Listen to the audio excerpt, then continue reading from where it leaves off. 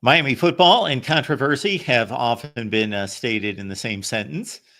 We will discuss the latest with Xavier Lucas and his transfer from Wisconsin right here at the Voice of College Football. It's our Miami show. And of course, we are here with Cam Underwood from State of the U, as we always are each and every Wednesday night, 7 p.m. Eastern Time. It's just the start of the show, folks. So it is plenty of time for you to reach out on social media. Let people know that we are here talking Canes. Cam, how you doing? Doing well. Can't really complain. Hanging out. Just posted the stuff on social, but with the call to action and everything, great to see you guys. Like, subscribe, do all of those things. Be sure that you tell your friends. We're going to say it at the beginning. We're going to say it at the end. Get it out of the way, but you know how this content creation game goes. So yeah, that's where you can find us. Well, here every Wednesday night at 7, and always available for you at stateoftheu.com as well. But yeah, glad to be here. Happy to talk some Canes.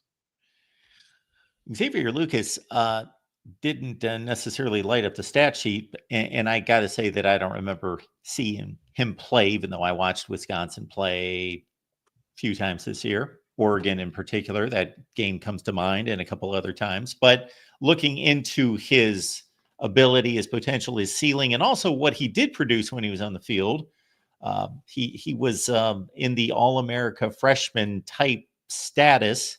So he did impress when he was on the field. So makes it obvious why Miami would want him to help out in the secondary after a strong showing at Wisconsin. What you reminded me of, because this story's been going on for a week, maybe something in that range. It's been going on way longer than that, Okay. actually, because if you go back to the initial request from Xavier Lucas to enter the portal, you're talking since last calendar year. So this has been going on for, more than a month. I think 6 to 8 weeks, give or take. Okay. It has been quite some time, because then when I offered this up to you before we started the show, you reminded me something that I had long since forgotten, that Xavier Lucas did his due diligence, by all accounts, to enter the transfer portal. And I have not heard of a situation in which a school refused to process the paperwork and enter a player into the transfer portal. Yeah, I mean, there's a first for everything. We had never seen something like a parent's mom absconding their signing day national letter of intent up until Alex Collins' mama did that years ago. For those of you who've been around for a while, you remember that story. True story from South Plantation High School, 5-star running back who went to Arkansas. But yeah, that really happened. His mom ran off with the papers and refused to sign. So he couldn't sign on signing day. His dad had to pop into the picture, which was a sometimey kind of proposition in their family, to actually put pen to paper as a legal parent of his. So there have been things with Miami and other players and whatnot, but this is not a Miami issue. This is Wisconsin failing to do their duty. They elected not to fulfill their necessary requirement.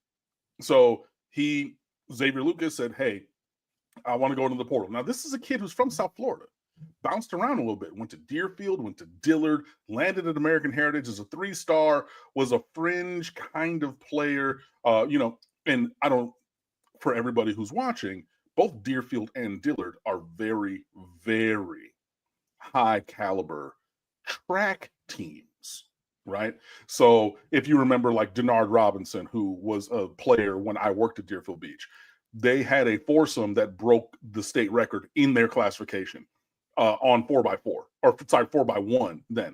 Chris Johnson, who previously was at Miami as a 2-time double state champion, he ran track at Dillard. So and Xavier Lucas also was very much more renowned for his track acumen than his football playing, goes to American Heritage as a senior, and all of that raw potential started turning into that kind of performance that you want to see at 6 foot, 205 pounds with long arms.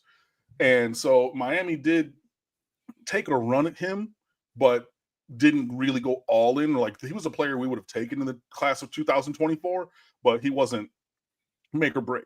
So he goes to Wisconsin, following several other people, Dante Carrier-Williams and others from down here who have made that. Rashard Wildgoose from Miami Northwestern. There have been a few guys who've gone up to Wisconsin, decided to do that, join Miami's former quarterback Tyler Van Dyke up there, things like that. goes through the season and says, hey, I want to go into the portal. And after all the groundwork I've laid to you, Wisconsin refused to do their required action. And so then, it's going back and forth. Well, he signed this and he signed that. And the revenue sharing is not a thing that is currently on the books. It is supposed to be enacted in the future. So now if you're leveraging and saying he signed a compensation contract as an employee that we're going to enforce with a non-compete, you're outing yourself as being afoul of the rules, Wisconsin. So that had nothing to do with us. And, so Lucas is, he wants to come back home. He wants to come to Miami.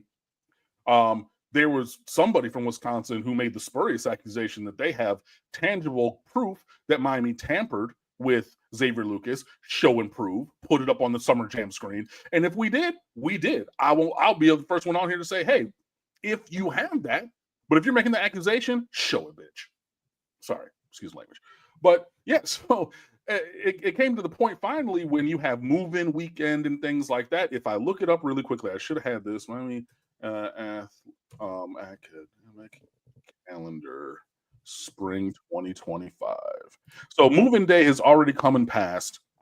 But the last day to register for classes is today.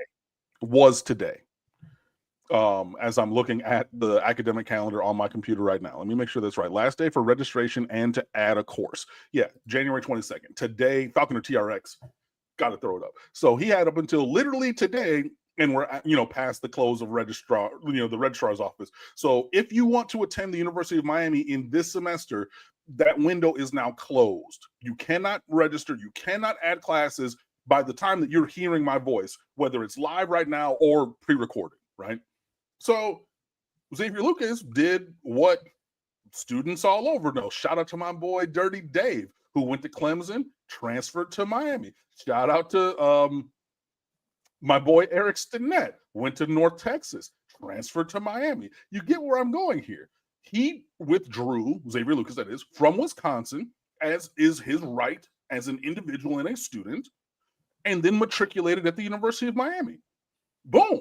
Now, Wisconsin throwing all these accusations and things, the NCAA made a statement and said there are no rules that prohibit a player from withdrawing from one academic institution and registering and competing at another academic institute. There is no rule prohibiting that anywhere in any NCAA structures.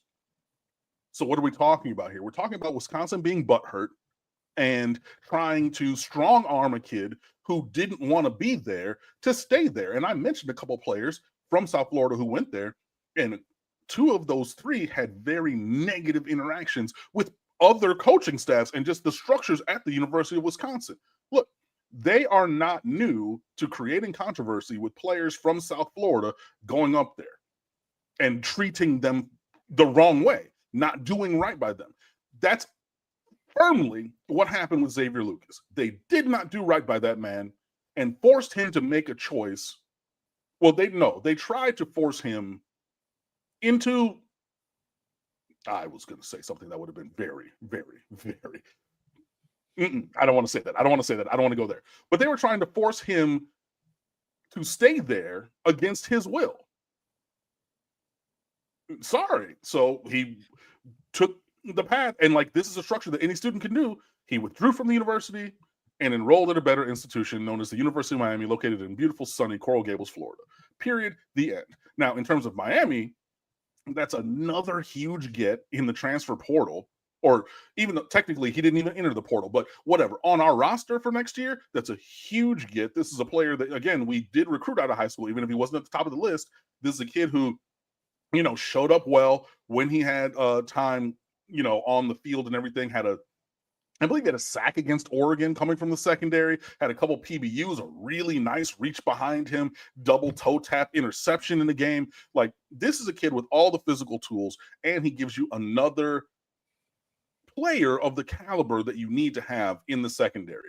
Whether it's at corner or at safety, I don't really care. I think that he has the ability to stay outside, but he definitely has the athleticism to move inside and be a valuable player there as well. So it was a little bit of a saga through that. I'm sure that Wisconsin is going to keep chirping. I know their fans have been chirping about stuff, but stupid people say lots of stuff all the time, and that's what I believe them to be in this instance. So I'm not paying them any mind. But yeah, definitely been a circuitous route for Xavier Lucas to travel to 3 different high schools here in South Florida, go away, and then come back. But I think he's in the place that he wants to be. He tweeted out yesterday, "Good to be home." In his jersey, wearing number 12 with a video and throwing up the U on social media. So yeah, I mean, it's great to see that. And that's the main thing for me. And I've said this, and you know this, Mark, I want the players to be happy. And whether that's here or somewhere else, if they make the decision to go somewhere else, I don't like it. Hey, but that's their choice. Cool. I wish you all the best. I don't have any ill will towards any player. And whether he was leaving Wisconsin to go to Iowa State or Miami, the issue is he did what he needed to do to show and enact, I want to leave this place. And Wisconsin was the entity that ran afoul and refused to do what they needed to do. So he took it into his own hands, withdrew, enrolled here in a better place, and we're going to move forward. So I'm right there with you. I don't want anyone to be coerced into staying somewhere they don't want to be or going somewhere they don't want to go or anything like that. Free country. And certainly if we get to a place where it's more of a formal employment situation and you sign a contract that's different, then you know the terms of the contract and you understand the agreement, but we are not there right now. And this is a rare situation, as Cam outlined, in that the transfer portal exists because players then want to test the waters, decide and be courted and make a decision based on finances, based on opportunity, based on relationship with coaches and so forth. But here's a situation where he clearly knew where he wanted to go, and he's established himself well enough as a good football player to know he's wanted there at Miami. So he could just simply make that decision of ending his enrollment or forgetting the terminology, what that would be versus enrolling then at Miami, So there it is from that standpoint. All right. And when you say stupid people, I would say I would replace that at times with just the word fans. Fans sometimes are reasonable people, but when they're in their fan mode, they're not a father, a brother, a sister. They're not their normal person. They become a stupid person and they act irrationally. And suddenly their school, their team can do no wrong, and everybody else is the enemy, and they're horrible, and they don't even know the facts of the situation. But of course, they're in the wrong. True. So, but fan is short for fanatic. So that can be a synonym at times. Absolutely. Appreciate you being here at the Voice of College Football. And as Cam already signified there, Falconer TRX, thank you so much for being here and following it up with this one here. Did Miami break the portal?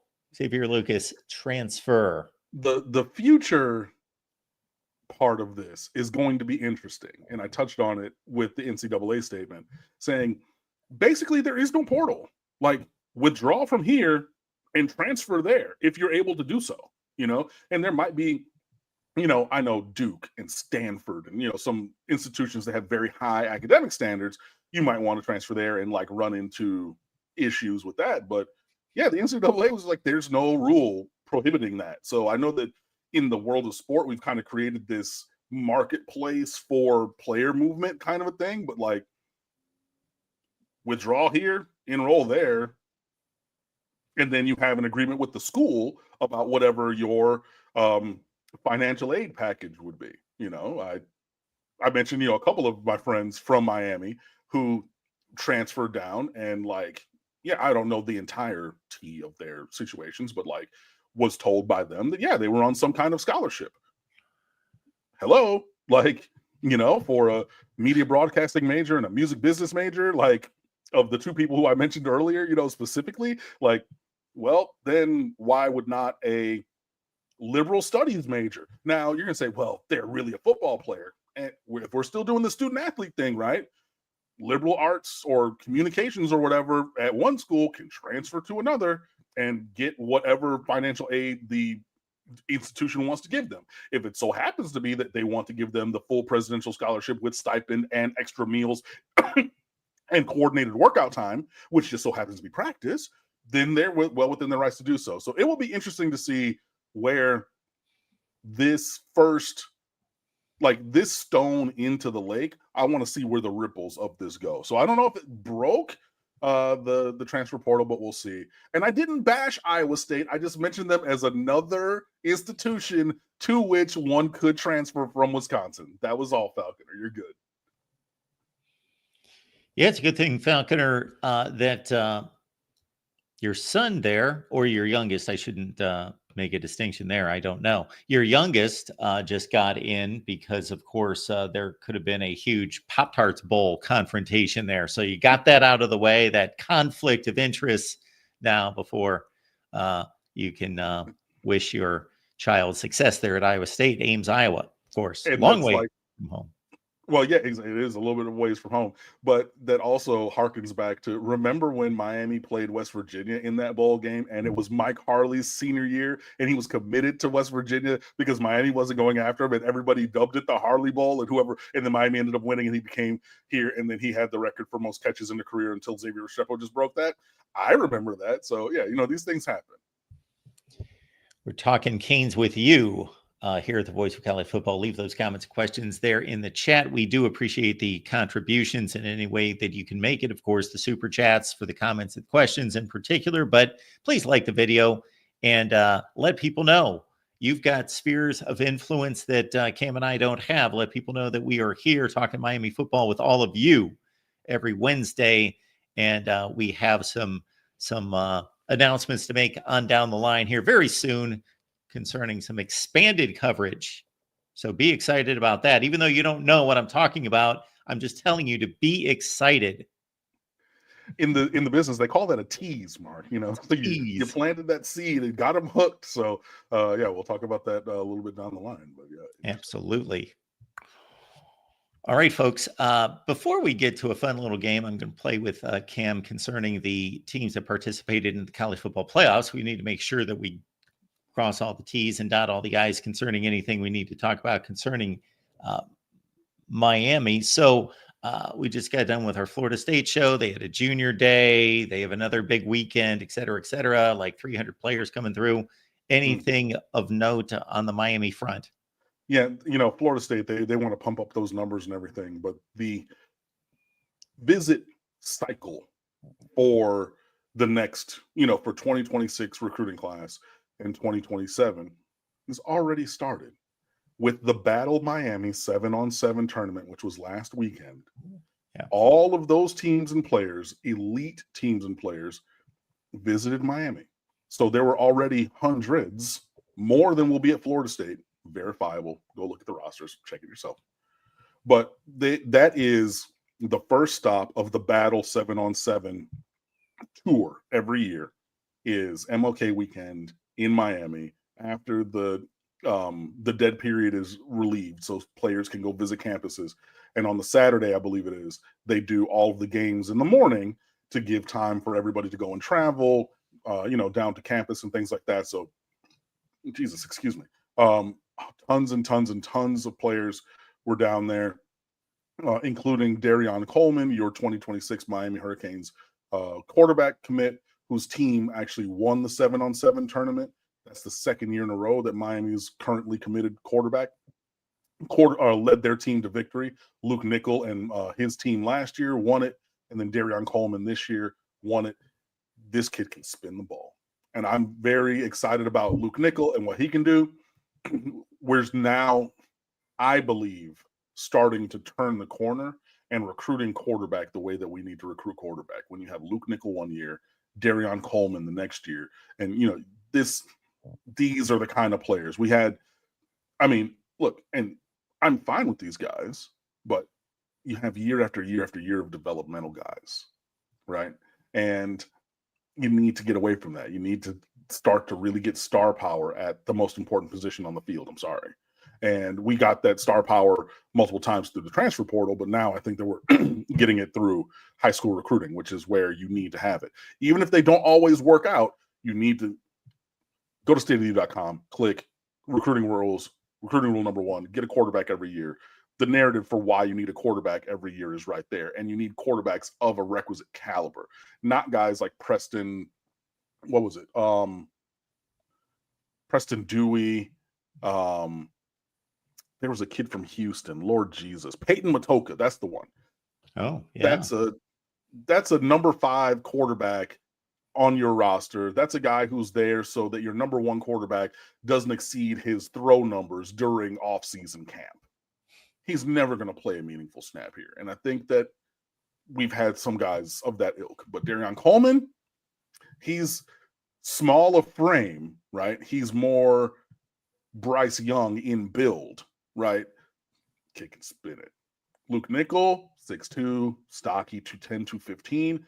Spin it. We've talked about his accolades and things. So, yeah, Darion Coleman was one of the players, and there are many, many, many, many, many, many, many, many others as well this past weekend already in Miami. So we're starting to see where things are shaking out. You know, there are top guys locally and nationally who are really interested in Miami. You know, we'll get into the names later, but, you know, guys like Derek Cooper from Chaminade, the safety / running back. I think he's better on offense than defense personally. But yeah, he's everybody's All-American. Like, this is, you need to get that kid.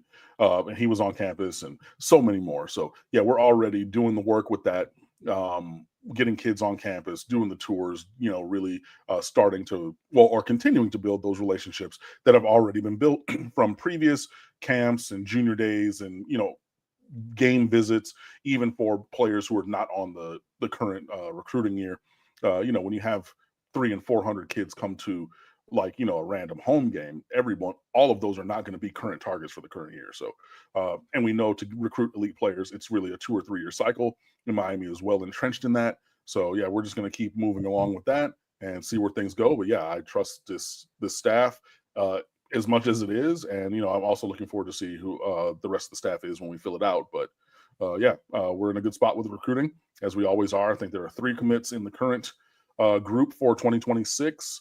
Jordan Campbell from Carroll City, linebacker, All-American, who's trying to recruit some of the best players. I already mentioned Darion Coleman.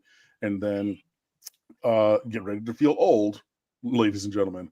Camden Portis, the son, yes, of Clinton Portis, is a cornerback, defensive back commit in the 2026 class out of Charlotte, where you know, his dad lives and everything. So, and he lives, obviously. So those are your 3 current commits in this class, and we're going to build, I believe, the class that we kind of need to have with the talent that we need. So yeah, and Falconer TRX, as that one goes up, Al Golden, a perfect fit for Notre Dame. He is very much a Northeastern guy. You know, he played at Penn State and coached at Notre Dame and has bid South Bend adieu, because I saw today he has accepted the job as the defensive coordinator back for the Cincinnati Bengals, a team that he coached for after he left the Detroit Lions, where he was tight ends coach and then linebackers coach for a couple of years, including their Super Bowl appearance year for the Bengals, and now taking the same position up there. And I was talking with a friend of mine who's a hating ass troll. God damn, he makes me so mad sometimes. Anyways, but some people are head coaches and some people are coordinators. And I think that Al Golden, you know, he was a coordinator for a while, did the head coaching thing even here. And after that, he was like, you know, maybe I'll just do this position coach coordinator thing. And I think that that's a really good fit for him. It went very poorly at Miami for a variety of reasons, but he's doing well now. So keep going with that.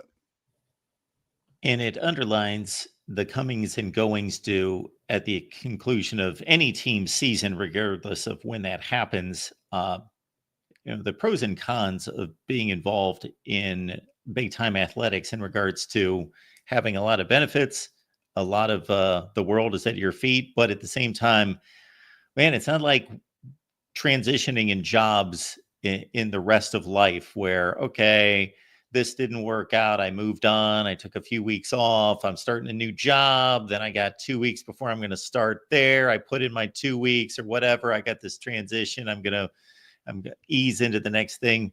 These people, they leave or get cut from a job and they're turning around and interviewing here, there, and there. And then boom, decision, and boom, you're on a flight and you're gone and you're starting. He's probably watching film on, the Ravens, the Browns, and the Steelers as we speak.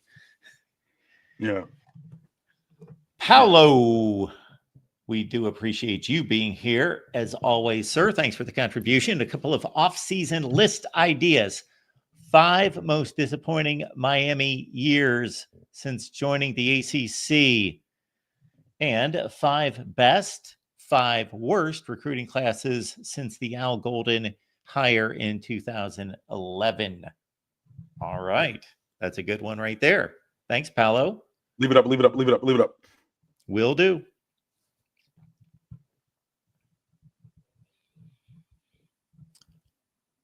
So, Cam, since we did, or you did, start on the Miami 7-on-7 battle and who's on campus and who is going to be participating, I will say that I have a list of players, courtesy Leanne Herring. So, Leanne and I do a show every Tuesday at 1 p.m. Eastern Time on our new recruiting channel. And her timing is so good that she got us an interview today with Jamison Powell, who's a 4-star wide receiver out of California, minutes before he then made his commitment to Ole Miss. So we were, boom, interviewing with him, and then, boom, he turned around, made his commitment. And so check that out. We will make that available. She's got a list of names here, so I want to run these guys by you, and you can stop me at the point that you'd like to comment on anyone. Cool. Here, we got... Before you get there, I want to address just one comment. It's MKH number 1. He asked, would I consider Warren Sapp for defensive line coach? No. On to the recruiting question. Okay. So here are some names that she, is following here. So we got Keyshawn Henderson. We've got the aforementioned Derek Cooper out of Chaminade. We've got Amari Johnson out of Jackson Academy, Mississippi. We've got Zachary Cooper. We've got quarterback Briggs Cherry, Tristan Keys at wide receiver. Other That's wide a name receivers. I've heard. I don't know about the connection to Miami.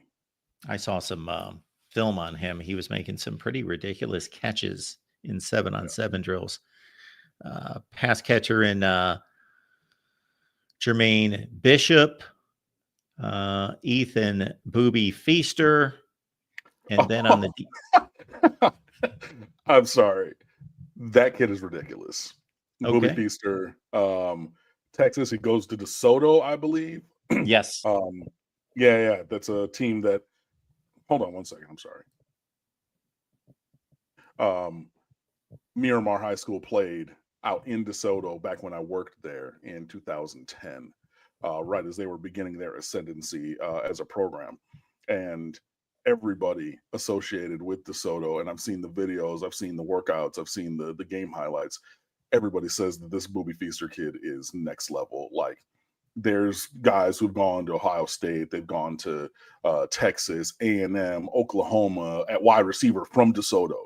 And even as a 2027, so a current sophomore, 2 years away from his, signing and getting into college, people are saying that he's him. Like, yeah. So I don't know about Miami's connection or anything, but from what I've seen from Booby Feaster early, yeah, he's ridiculous. Like, when Mark mentioned the name, you saw me just laugh out of just...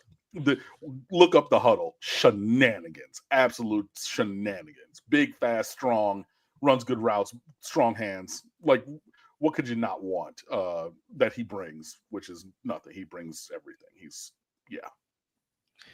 My apologies if I'm a little disjointed on listing these names. It's just a bunch of notes, so it's not exactly a list per se. So on the defensive side, a cornerback in Naheem Richardson. He's out of Texas. safety Tylen Wilson. He's out of Mississippi, and out of Northwestern High School in Florida, Javari Flowers. Javari Flowers, yeah, that's a kid that Miami is going to be heavily after. Calvin Russell, the big wide receiver, being another one. I mean, like, look, if you go to one of these top teams in South Florida, Miami knows your name. Miami's gotten you on campus, and Miami is recruiting you. Now, whether they push for a commitment or they follow through depends. You know, I know that there are people who are upset about CJ Bailey, Cedric Bailey from Chaminade going to NC State, and he's now their starting quarterback. He definitely would have been a better take in last class or 2 classes ago instead of Judd, but Miami didn't want to go in that direction for a variety of reasons, which I don't necessarily agree with, but I understand the viewpoint of others along those lines. They kind of felt like they were being pressured to try to take him. But I would have taken him to get Jeremiah Smith. But hey, you know, some of those things. So, but yeah, if you go to Chaminade, if you go to Northwestern, if you go to Central, if you go to, you know, Heritage, Deerfield, you know, even the, you know, there have been some players from Miramar, you know, when they pop up, you know, we were kicking the tires on some kids from, you know, Southridge or South Dade gets really good, like really, really good for a couple of years. Going to be there. So yeah, when you see Javari Flowers, when you see Calvin Russell, you see these other names. Yeah, those are guys that Miami's aware of and will be pursuing, just depending on the level. Booker T. Washington, I know people are going to say, well, you're missing them. There's too many to mention, guys, but you know what I'm talking about. Appreciate you being here on a Wednesday night, 7 p.m. Eastern Time. Canes Live right here at the Voice of College Football. So keep in mind, and we should remind you of this more often, that we have the audio version of all these episodes. They are available for you. You can look those up on your favorite audio platform as well. Probably the last 30 shows, I would guess, something in that range. And those are starting to pick up steam, even though I forget about them, but we are going to start to promote and advertise those as well, because the audio is certainly a good route to go as well as we build this out. So we will do that. All right, Cam, it hit me. Actually, I cannot take credit for this. I was going to say it hit me the other day. It did not hit me. I saw this on social media from our guy, Levi Stevenson, on Iowa State. He was running through on his Iowa State show. I'm going to match up Iowa State against every team in the college football playoff, just to give my thoughts on what the matchup would look like, our chances of winning. Of course, just to remind everyone, Miami came within, you know, a couple quarters of possibly making that happen, but it all died there under the dome in Syracuse. So that's I'm not gonna ride. I'm not gonna ride. But what did I say that was wrong? No. I was focusing on me. I just put more blame on a specific player in a specific play than anybody else will, because they like this player, and being critical of players that you like is a thing that people don't want to do. But and this particular player has set Miami records recently, correct? yeah, absolutely, both of them this year. But you know, if you know, you know. But I mean, hey, I don't need to be coy about it because I've already said it. Xavier Restrepo fumbles that ball. They return it for a touchdown that cost us the season. Not exclusively. There were other malfunctions and but like, had that been not your favorite player, I didn't even mention it because I was going to write up about it. Our Esquina, a Latin focused website and things, named Xavier Restrepo the Latin College Football Player of the Year, which great, you know, like that's a high praise and honor, and you know, great for him and everything, and a worthy accolade for someone who has done so much and performed so well for so many years. But let that had been Jacoby George, who fumbled that ball that they returned for a touchdown, and then we never led after, like, that was the, you know, the inciting factor for Miami not leading in that game ever again, the conversation would be so very different. And I'm not trying to take away anything from the man.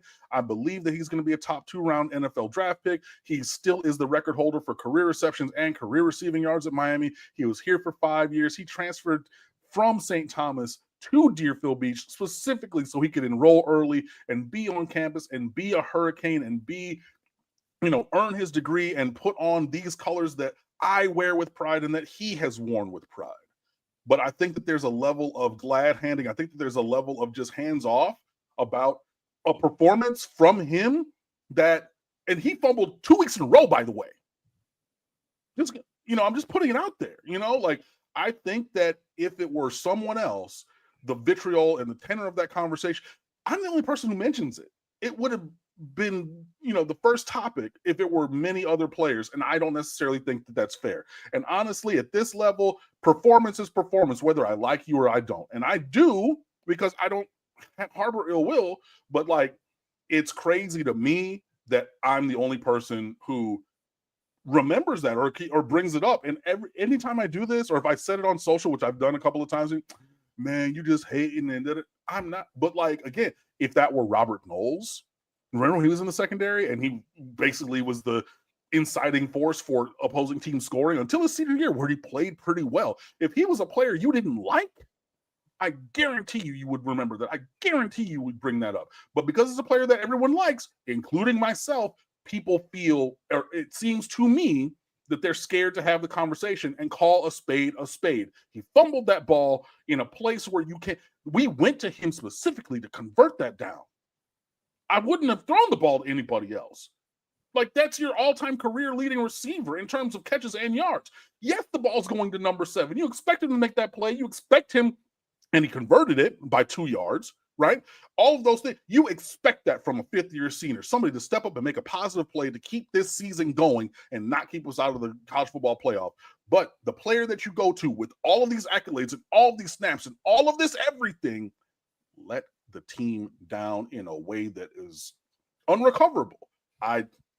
It's crazy to me. And I know it seemed like I'm waxing poetic and I'm really digging at this man. It's just crazy to me that like, there was not more of a conversation about that as an immediate on-field failure of performance. But well, there can be two truths present at the same time. A player can be outstanding and have performed extremely well an entire season, but also made mistakes that if other players, to your point, would have made, they would have been practically crucified for. Well, that has to be part of the evaluation and the performance, and the evaluation of the performance. Yep. These costly mistakes. I'm going to amplify this correlation exponentially in terms of legendary status and importance and so forth. But the guy that came to mind, I was scanning my brain. Okay, can I come up with a correlation here? I'm going to come up with Brett Favre, the 2007 NFC Championship game. They're playing the Giants, heavy favorite at home. The Giants are the first 7-loss team to win a Super Bowl, of course, completed that against the Patriots. But Brett Favre throws a lazy out route behind and gets picked off, and they lose in overtime because of it. Fast forward 2 years, he's playing in the NFC Championship game for the Minnesota Vikings, had lifted them from mediocrity to a NFL best record. They were like 13-3 that year, played remarkable, but made another stupid decision when he should have taken off and run for the first down. They were this close to field goal range to win the NFC Championship again and go to the Super Bowl, and he made a dumb play, cross his body, threw the ball into the middle of the field, and the Saints go on and win the Super Bowl that year. And I think with Brett Favre, it's, he's Brett Favre. That's how he plays. That's him. Well, no, he made a stupid mistake. He should know better. He's been playing for 15 years. Right. And I mean, same exact thing with Restrepo. Again, not taking anything away from him. I think he's going to make a roster in the league. I think he's going to test really well at the combine, which has been invited to, by the way. I want the best for him, and I cannot take away the records, but like, I'm also not going to ignore a really, really, really costly play. Favre also did that in the 2004 playoffs against the Eagles in another very close game in which he just threw the ball blindly off his back foot that set up a game-winning score for Philadelphia. All right. The college football playoff, of course, concluded with Cam's two favorite teams, battling it out for the national championship. Yikes. All right. So let's march through the, yes. I will say I was watching Selling Sunset on Netflix. I had been 2 seasons. I was way behind. Halfway through season 8 right now. It's a real estate reality show based out of Los You're Angeles. A sports guy. You're I told you the college football season ended. I did not watch a single play of that game. No. Did you watch I know the the result, playoffs? The other games? I watched up until Quinn Ewers fumbled that ball and 33 picked it up at the 19-yard line. And when he picked that ball up with nothing in front of him but green grass and opportunity, that was the last play of the football season. Because I knew that. Anyways, I've derailed your prompt thrice now. I'm going to shut up and let you go so we can get into this. Well, anytime I can look back on NFL history, I don't mind that. So that prompted that. So I enjoyed that. So our buddy Levi Stevenson, Iowa State, was matching up. Yes, Iowa State against the various playoff teams. So we will do the same here. And so we've got Miami. Let's run them down. I may not know the seedings 12 down to 1, but we'll do something close to a countdown. Number 12, I believe, would have been the team that played Texas. That would have been Clemson, of course. So we've got 2 participants in the ACC who usually, they played in different divisions. So I was going to, in air, say that they regularly play. They did not. But of course, there's familiarity there. And they just played in 2023. So Miami and Clemson, of course, a game that should have been played in the ACC to help determine the conference. How would you feel about that game having been played this past season? I mean, when in the season? If it's early, I feel very confident about Miami. If it's late, I think it's a coin flip at best, just because the defense and their improvement, Clemson's improvement on offense, particularly Cade Klubnik, and Miami's implosion on defense with injuries and poor performance, and just performances getting put on film. So these other coaches had things to scheme against, which Lance Guidry was unable to close those gaps. I mean, I think it's probably like 55% towards Clemson, 45% towards Miami, because Miami's offense is incredible and I think can play with anybody. I don't know if the defense would get enough of the stops that they needed. And I mean, look, even if it's only 1 or 2 in a game, would they have been able to do that? And Clemson's defense is still really good. So would they be able to get 2, 3, or 4 stops when they need them to really give that space? Would they be able to win the money downs like Georgia Tech? They could, because especially up front, they're still really good. So I'd say a little bit better than a coin flip's chance in Clemson's direction, probably. That's fair. I can't push back on that. Clemson still had a really good defense, but I would say maybe their worst defense in more than a decade. It was not a Clemson caliber defense. Yeah, no, it wasn't the most lockdown ever. But still Miami struggled at times, was down 35-7 against Cal, who's, they have a defensive head coach and a good defense, but not even as talented or scheme sound as Clemson, so yeah, I don't know. I mean, I'm not saying that, I don't think it would be a blowout, but yeah, I think that potentially even this Clemson defense, which isn't as good as some others, could have done enough. Texas certainly had game control against Clemson. It was basically Cade Klubnik and TJ Moore, and I can't think of the other receiver off the top of my head right this second. Antonio anyway, Williams? Yes, exactly. Those 3 guys played out of their minds, and they kept Clemson in that game. Otherwise, in terms of line of scrimmage, wow, Texas was much better. But then, so then putting that forward to, did you want to go to number 11, or can I go to number 5 since you mentioned Texas? Sure, let's go to 5. Right. So the other combatant in that game. So I believe that Cam Ward, Xavier Strepo, and the offense in sum total could I think that there would have been more than just those three who could do numbers against Texas, and having a better offense, because a better offensive line um, than Clemson.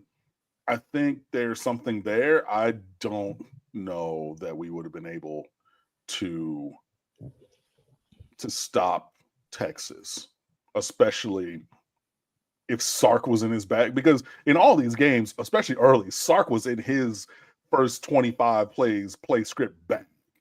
And I don't even know that he would need to necessarily be at the peak of his offensive play calling powers against the wet paper towel known as Miami's defense this past year. So I think maybe it would have been more of a shootout, more along the lines of the Arizona State game.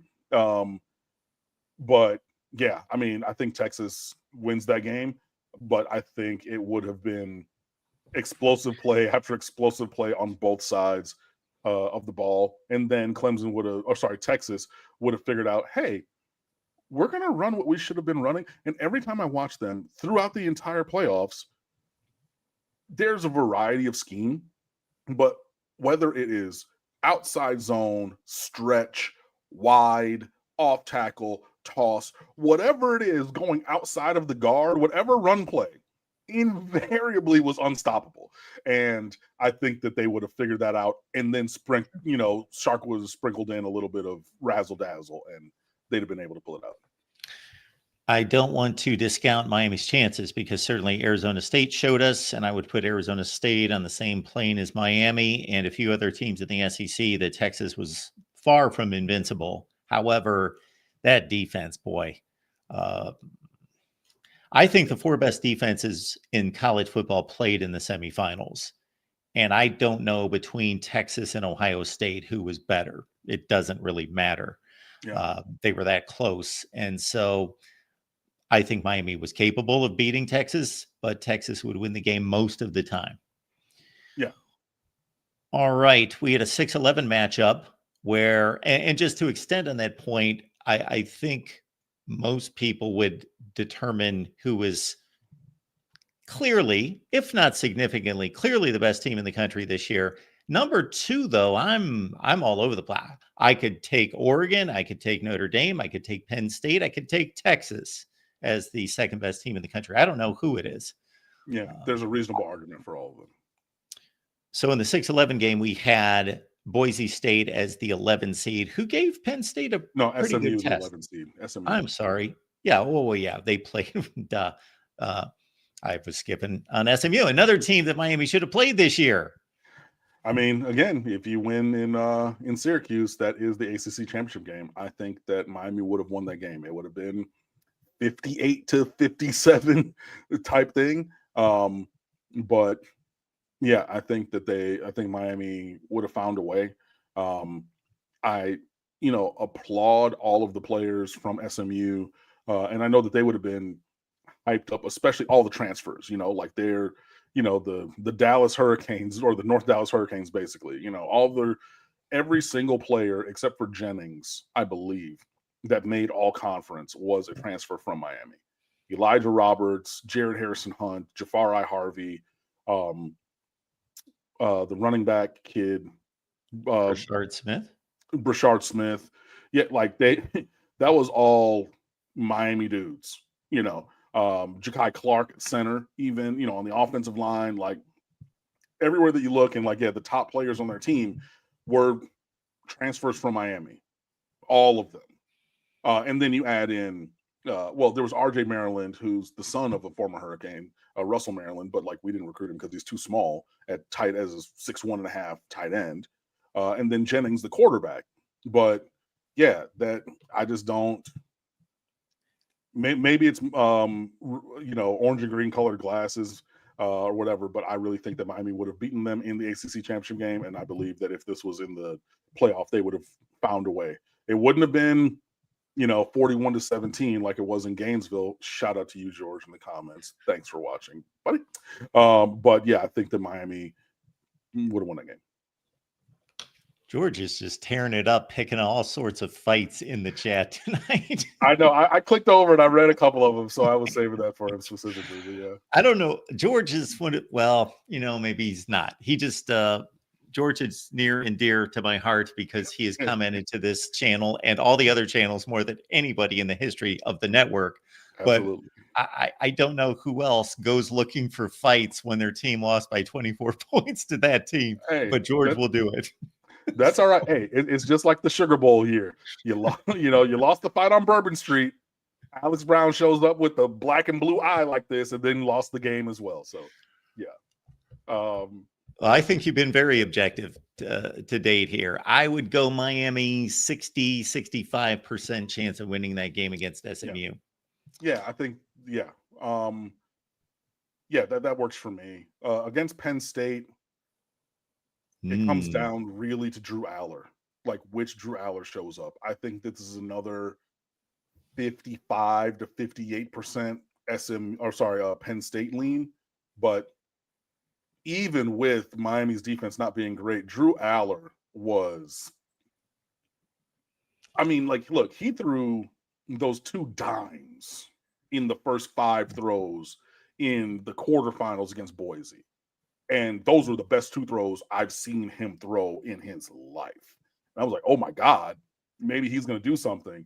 There was talk going into the playoffs. If Drew Aller would have led Penn State to a championship with 1,000 yards and 9, 10, 11 touchdowns in those games, right? He might go to the NFL draft. And those first 5 throws against Boise State in the quarters made you think, oh my God, this is the talent of this kid. But then he just threw the ball to the other team and doing stupid stuff. So I think, 55 to maybe 60% lean towards Penn State, but Miami would give them a game. And could very well win. Aller's exceptional from a skill standpoint. And deer in the headlights against Ohio State and Michigan in 2023. Watching him this season, I thought he was markedly improved just as a leader, being vocal, taking command, throwing with conviction, being decisive. But in the playoffs, not impressive against Boise State, but his team won the game. And then he gets in against Notre Dame. And wow, hate to say he threw it away because I don't like to throw it on one guy. But all right. I think Penn State's an excellent team, that they would likely beat Miami, but I would not be surprised in any way if Miami won the game. No, 60-40 Penn State. Okay. Let's move on to the, I guess we would have a 7-10 matchup with 11 Indiana. Yes. Kirk Cignetti can hate me all he wants. Miami wins that game. Yeah, I get your point. I get your point. Miami's Michigan. Indiana's best win was Michigan. There we go. Indiana's best win was Michigan. Forget 27-17. That's in the record books against Notre Dame. People will look 5 years from now and go, oh, that was cute that Indiana made the playoffs and actually put up a fight. No, it was 27-3 with 2 minutes. It was just not a good game. Their offense was completely, for an offense that was scoring 43 points a game. I think Miami's, for as many issues as Miami had on defense, their defensive front would have done similar damage, and Rourke would have done nothing, and they would have limited Indiana. So, And I think they win that game. With all of these predictions, like even if I were to say Miami were going to win, it would be, 45 to mid 20s to 30s. Like, I'm not saying it would be, a blowout, or I think it might be like a little bit sizable of a score line at the end, but not, 58 to 3. Slim Shady Canes, appreciate you being here, man. Miami was statistically better than Clemson offensively and defensively. We were out because we lost conference games instead of non-conference. Crap happens. Agreed. Absolutely. Not really. I mean, this mental exercise is really, it's a hypothetical, like if Miami were to have made it, not adjudicating the fact of like why we did not. But Slim Shady Canes, you do make a good point there. So if I were to say, okay, be more on the Miami 65-70% would beat Clemson, then I think what you've offered supports that, like changing the ratio of winning as opposed to like, would we at all? So, Yeah, but hey, this is a great comment and definitely added to the conversation. So thanks for chiming in. I'll put the condition on these predictions, or not predictions, these hypothetical outcomes that were thrown out there. I believe that any of these teams could beat any of these other teams within these 12 on occasion. And I guess the most extreme would be like SMU against Ohio State, let's say. It could happen, but it's very, very unlikely in that case. But there's probably 8 to 10 of them are really in that 60-40 range. And if you threw in Miami, they'd be on that end with Clemson, SMU, whoever you want to throw in there, Indiana or better, Tennessee, maybe, touching that line. So they'd be in that 60-40 mix against just about everyone. All right. So then we've got, Notre Dame was the 7 seed. I mean, we're going to find out Labor Day weekend because that is the opener next year. Notre Dame coming down here to face Miami. That would have been really interesting. There was a time, when Miami was winning, that that matchup was potentially going to happen actually in this year's playoff, which would have brought with it all of the storylines of, Al Golden versus Miami versus that, all those kind of things.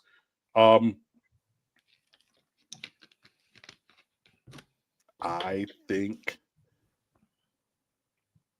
it's obviously, y'all are going to say something because they made the national championship game. I think that Miami could have won this game, but it really comes down to what the defensive front 7 for Notre Dame would have been able to do against Miami's offense. That, I think, would have told the entire story, because if they were able to really be physical against the run game and then force Miami into passing situations, which we know that we have the best quarterback in program history, or the best season from a quarterback in program history, still having just, 3rd and 18, 3rd and 14 would have been tenuous. Riley Leonard, he wasn't special at Duke. I don't think he was special at Notre Dame. But also just the defense was so bad. Oh my God. I think this was really, with how I look at things, I think that Miami versus Notre Dame in this year's playoff would have really truly been a 50-50, and just dependent upon how the flow of the game went. Were there turnovers? Are there penalties? What does their defensive front do? What does our defensive secondary do? What does our defensive front do? Like, Tyler Barron had 1 sack after the first 2 games of the year, or 2 sacks. I want to say he had 1, 3, and then half a sack in the first 3 games, and then 1 sack against Wake Forest. Like, the great disappearing Tyler Barron, which other teams said, Tennessee fans said that was going to happen. Like, nah, he's big and physical, and Jason Taylor's his coach now. He's going to figure it out. And he came on like gangbusters at the beginning and said, yo, he's figured it out. He's turned that corner. No, he didn't. But then, so you need him. Ruben Bain played with the strained hamstring the entire season. Does he get home? Simeon Barrow, first team all ACC, but everything. So, yeah, I could see that. I really think it would have been 50-50. Dirty Kane thing is going Miami 42-21. Okay, for next year's opener. Okay, for next year's opener. Well, yeah, I got to see what these teams look like. That's Hard Rock I will say be Notre Dame. Okay, I say Notre Dame. I got you. I thought he was hypothetically like putting this playoff game at Hard Rock with Miami hosting Notre Dame. Okay, you're good, man. I say Notre Dame wins 65% of the time. Okay. All right. Then we've got a that was the 7-10, the 8-9's Ohio. We got to get to let's finish with the champs at the end. Let's go to the top 4 seeds. Oregon at the 1 seed position. You talk about a game with all of the storylines. Like, ooh, yeah, Mario and his former team that is that Dan Lanning is shepherding and adding on to the really incredible foundation left for him, players that Cristobal recruited, players that Cristobal wouldn't even recruit at all. Josh Connerly, their starting left tackle, famously was not on Cristobal's board, even because he was a football player and basketball player at Seattle Rainier Beach High School, and 5-star, everybody's All-American, top 3 player in that class. And we're like, yo, he's going to go to Oregon. And many a person said, no, Cristobal was not recruiting that man. Left for Miami, Dan Lanning scooped in and was like, hey, you want to come here. We want you to come here. Forget that Cuban guy who's left. Come and be a Duck. And he's their starting left tackle, probably going to go to league this year, next year. Yeah, Dylan Gabriel in his 17th year versus Cam Ward. I mean, Cam Ward playing another team that he's played from before. Kiko Mawanoa, same thing when they were at Wazoo together, having played, it would have been all kinds of craziness. And I think that Oregon would have won probably 70% of the time. I'm right there as well. And just to get your quick thoughts on this, just consider if we went through every college football game played the entire season, I wonder how many of those are 34-0 right before halftime, like 2% of the time. Mm-hmm. And that's being done to the number 1 team in the country, the only undefeated team in the country. Just the blowout of epic proportions in the Rose Bowl. Yeah. Another one I turned off, by the way, because they just decided that they didn't, why should we put a defender over by Jeremiah Smith? Why do we want to do that? Why would we want to stop him from anyways. Ohio State clearly wouldn't do that on a regular basis, but I think they did show that they were the superior team. All right, number 2, we had Georgia, not a vintage Georgia team, just a really good SEC championship team. Miami against Georgia. Interesting. What a scenario that presents itself to be. The Georgia team that showed up without Carson Beck, I think, obviously would have been a team that Miami could have beaten. I know that Georgia is big and physical. I know, but they dropped a lot of balls. Like they had the most drops in the country from wide receivers, costing Carson Beck 60-something completions for maybe over 1,000 yards and multiple touchdowns and things. And yeah, I don't think this team had the juice, even though they won the SEC championship game and everything, but especially like when Carson Beck went down. Yeah. So I think it was closer to 50-50. I'd probably put it maybe 55-45 in Georgia's way. Just from the fact of their roster in total being just this is Miami versus those old Alabama teams in the 90s and like against Oklahoma back in the day, like smaller, faster Miami, bigger, stronger, more physical Georgia. You know what I mean? Like the comparable players in the comparable positions at Miami. You have a linebacker in Kiko Mawanoa who's 6'1", 220, and you have Smile Munden for Georgia who's 6'5", 240, playing the same position. You know what I mean? Apples to apples, that kind of a thing. So it would have been tough, especially because you're going to really rely on Miami's offense to do numbers. But I put it slightly in Georgia's favor, but especially without Carson Beck, who, is your new Miami Hurricanes quarterback. But yeah, with what's his face, the backup, Gunnar Stockton. Yeah, I think that would have really presented an opportunity for Miami to go win that game. I think Georgia's more consistently a good football team, or a good football team more consistently. Mm-hmm. But it's a bad matchup for them. So I'm going to make it a toss-up, a complete 50-50 game. Yeah. Boise State. I'm going to keep it short and sweet. Miami. Yeah. Like, I think that, like, Ashton Genty probably would have gotten numbers, but I don't think that they're going to hit all those throws. I don't think their quarterback is that good. And if the quality at that position isn't where you need it to be, then that levels the playing field with the obviously deficient Miami Hurricanes secondary and defense. So, and I don't think that they didn't have a chance in hell of stopping Miami, especially if Shannon Dawson decided, you know what? We're just going to run the ball. And we got all these running backs, even with Chris Johnson leaving, even with AJ Allen leaving, but they probably wouldn't have left when they left if Miami was in the playoffs, right? But still, and this is another game where the team needed to just run the ball. Like, I knew that they got those 2 touchdowns early from Drew Aller, but then when they went to Katron Allen inside and then Nicholas Singleton outside, gashing. And Boise, no. If I was Miami, I am, but in real life, if Miami were there, oh man, I'm begging and pleading for that matchup. They have a chance in hell. Miami 41-27. All right. Yeah. Arizona State, who I got to give them a lot of credit. By the way, 11-0 picking playoff games here.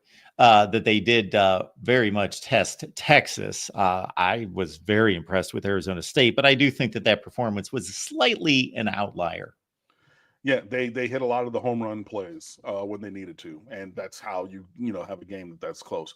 I like Miami here against Arizona State as well. I think probably in the same, not the same proportion as Boise State. Boise State, I would put Miami like 90-10 to win that game. I'd say probably like 75-25. Like I really think that the matchup, especially with Miami's offense last year, like they didn't have the firepower to keep up with us, and eventually you're going to need to continue to score points. And I don't think they would have been able to score enough points even against Miami's defense. I think Arizona State presents another good problem for Miami, but I still would say probably in that 60-70% win range, just because they hit some yellow balls. I'm generally in the same range. I'm going to drop your percentages 10-15% on both of those matchups. Okay. Miami, Tennessee. That's one that I really would have liked to have seen, because I think those were mirror teams of each other. I really think that would have been a toss-up. That's more of a 50-50 to me. I think that, and I said this during the time of the actual bracket and everything, it should have been Miami and Tennessee as the conversational point of comparison, as opposed to Miami and Alabama from this year. I really do believe that. So, I think that that's probably closer to a 50-50 game, and it really depends on, are we able to block James Pierce, which I think that we could have for the most part, and if Nico could hit, the deep balls that he needed, but I don't necessarily think that he would have. But they had a strong running game and everything. They definitely did have a strong defense. I think that's a 50-50. I'm right there with you. I think people tend to see Tennessee. People tend to see Tennessee in a different light coming off that butt kicking in the playoffs, and that was what it was. Tennessee's a really good team. Yeah, I see that the same, 50-50. And Ohio State. I mean, honestly, Miami's not Michigan, and there's the mental block or whatever that they have. And Michigan planting the flag in the horseshoe, which was lovely and glorious. I loved seeing Jack Sawyer lose his mind and choke up or grab the other player, coach. They're not going to do this to us again, goddamn! I loved it. I laughed. What's this have to do with Miami and Ohio State? Hey, I'm getting there. This is my next statement. Even with that mental block, and even with that stumbling, and even with all of that emotion that whole team had to want to fight Michigan afterwards, because they didn't want to fight during the game. They didn't want to do anything during the 60 minutes, right? They all of a sudden want to play tough guy afterwards. That rallied that team, and they said, cool, we're going to keep that same energy. We're going to whip everybody's ass. And honestly, it would have been ugly. It would have been, it would. Yeah, I hate to say it because I hate that team more than anything. But sure. Yeah, they would have. I appreciate you being objective. That was an impressive playoff run. I'm nothing about objective. Those 4 teams, but you're not going to get. But no, okay. So to the original point, they struggle with Michigan in the way that Miami struggled with Florida State. Remember when I was coming on here and saying you have to beat that team twice? You got to beat them on the scoreboard, and you have to beat the mentality that they can come back and beat you. And as Miami lost all those games in a row to Florida State, I kept saying that because there were games that Miami was leading, right? And then could not close it out because Florida State had the fortitude of spirit to say, we can be down 2 touchdowns, but we're not losing to these guys, and reference many years of performance to that end. in this way, right? Okay, Dirty Kane's thing, right? He has just discredited everything else he has stated in the chat. But like, yeah, no. Since Miami is not Michigan, Ohio State would not have that same mental block, and you clearly saw that in these other games, where I think even prior teams coached by Ryan Day would have fallen short. I think I was not expecting them to speedboat or boat race or Oregon the way that they did. I had never seen a Ryan Day coach team come together and perform to the 99th percentile of their potential, which through this run they did. And since their stumbles, struggles, mental block, whatever, is exclusive to their rival, which again, having been there and seen it with Miami against Florida State, if we're not that rival, especially, it's tough for me to think that we would have won, especially with the way the defense was too. I don't. I came off of the Ohio State-Michigan game in 2022 when Ohio State was pinned up against Georgia, and I thought, I have zero confidence that this team's going to bounce back from this humiliation, but they had enough time to do it, and they regrouped, and they also had the right arm of CJ Stroud, and obviously we saw an epic game, and so they rose to the occasion. I was thinking the same thing this time around. I was thinking, are they just going to collapse, and Tennessee's going to take them out? But if they get past Tennessee, then they might just elevate, because I have thought the entire season that they were the best team in the country if they're on their game. Yeah, and I mean, look, there were a lot of people who thought the same. A lot of the season ticket holders from there sold their season tickets because they didn't want to necessarily go and see lose to Michigan and then have a home playoff game and lose back to back within 3 weeks. Like, there was a lot, but they figured it out and worked them things out behind closed doors. And I hate to see it. I hate to see it. That's not, fictional or hyperbole. No, I actually literally hate to see it, guys. Like, I was watching reality TV instead of the national championship game because I hated to see it that much. But facts are facts. State of the U this week. What's going on there? Yeah, man, got lots of great stuff. I'm not even going to tease it. You need to click on it and read all of the stuff. One thing I will say, though, is if you remember, I mentioned Rob Weaver had written this piece about potentially having an ACC championship bracket for football leading up to the ACC championship game.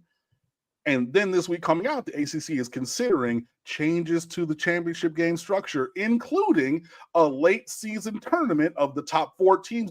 So look, we have the foresight. We know what we're talking about. Even when we put things out there that you might think, no, that's crazy. They would never say that. If you would have read Rob Weaver's piece last week, you would have been ahead of the curve. So stay ahead of the curve. Go to stateoftheu.com. Check out everything that we have. Please come on over and fan with us. Like and subscribe to this show. Follow us on social media. Every social media at The State of the U. My personal Twitter is at Underwood Sports, where I am actually taking a hiatus because the Detroit Lions broke my heart last weekend.